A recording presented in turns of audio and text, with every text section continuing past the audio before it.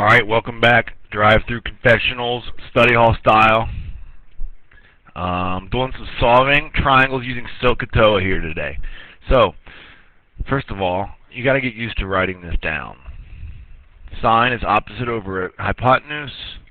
Cosine is adjacent over hypotenuse. And tangent is opposite over adjacent. And here we have our angles. Okay.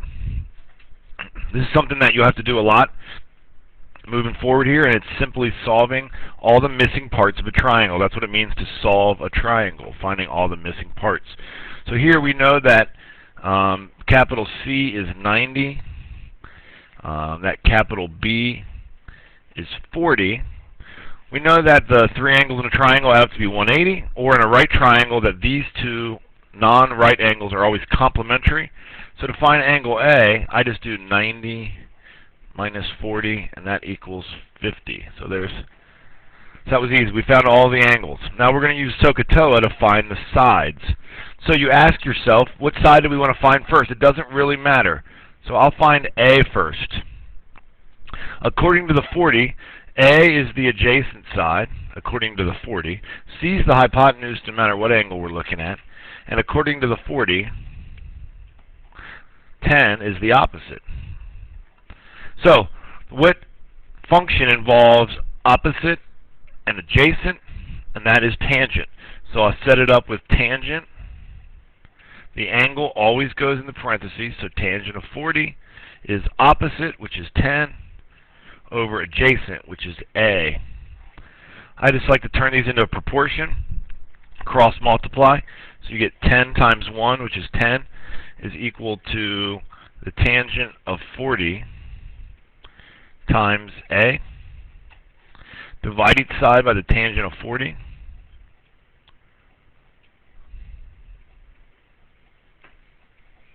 And A is 10 divided by the tangent of 40. Let me find a calculator. Nobody here is going to help me out.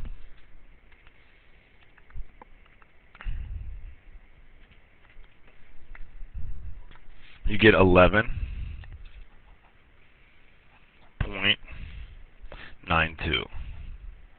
Alright, so now we know two of the sides. There's a lot of ways we can find the hypotenuse. But my recommendation is just to use Pythag. So now we can say that 10 squared plus 11.92 squared equals C squared.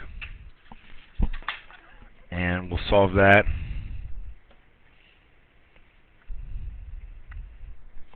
So you get 100 plus 142.03 equals C squared. Add these, take the square root to get C.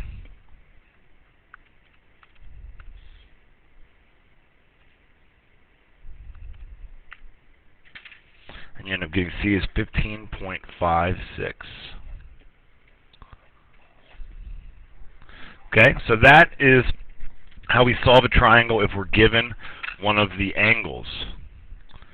I'll list everything out here to give you a little bit of help. So A is 11.92. B is 10.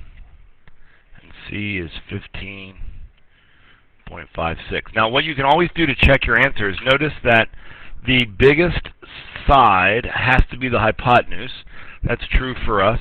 Also notice that the bigger angle will be across from the bigger side. So this 50 is bigger than 40, so A better be bigger than B, and you can see that it is, so that's how I kind of know that I did that right. Okay, now here's your second scenario.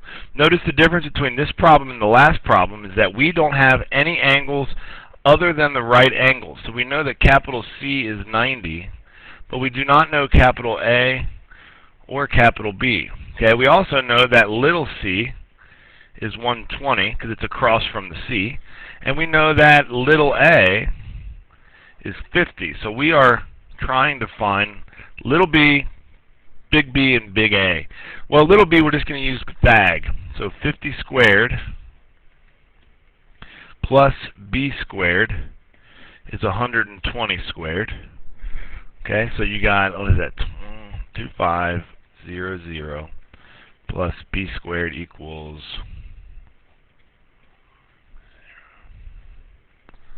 That's right. Then we do 14,400 minus 2,500. So you get b squared is 11,900. Square root both sides, and you get b is 109.1. Alright, so now the harder part, or maybe the newer part, it's really not that hard, and that's finding one of the missing angles. So you just, again, you got to pick one of the angles. We'll pick angle A. According to the A, 50 is the opposite according to A. 120 is the hypotenuse according to any of the angles. So I will say which function involves opposite and adjacent. So if I go back to my SOHCAHTOA, which one involves opposite and adjacent? It just so happens that I'm using tangent again on this one, but you shouldn't assume that we'll use tangent all the time. So tangent of what? Well, we said the angle always goes in parentheses. We don't know what our angle is, so that's going to be a capital A. Is equal to opposite over oh, geez, that's not tangent at all. It should be sine. Let me go back and look at that. Sorry, sine is opposite and hypotenuse, so we're not using tangent. We're using sine. So sine of A is 50 over 120. Okay? So this sine is just a function, just like multiplying or dividing. It has an inverse. So the inverse of multiply is divide. The inverse of addition is subtraction. The inverse of sine is just called sine inverse. Those cancel each other. But just like anything else, if we take the sine inverse of this side, we got to take the sine inverse of that side. So A is equal to the sine inverse of 50 over 120. You might need some practice typing that into your calculator. You hit the second key, and then sine, put in your fraction, close your parentheses, and you end up getting A is 24.6 degrees. Okay, now so then angle B will just be 90 minus 24.6 degrees, which is 65.4. So here are our answers. Now, let's keep in mind, we found angle A to be significantly smaller than angle B. So the side across from A should be significantly smaller than the side across from B. And notice that's true. Little a is 50, and little b is 109. So that's a good way to check your answers. Stay tuned for more help on Blackboard. Boom.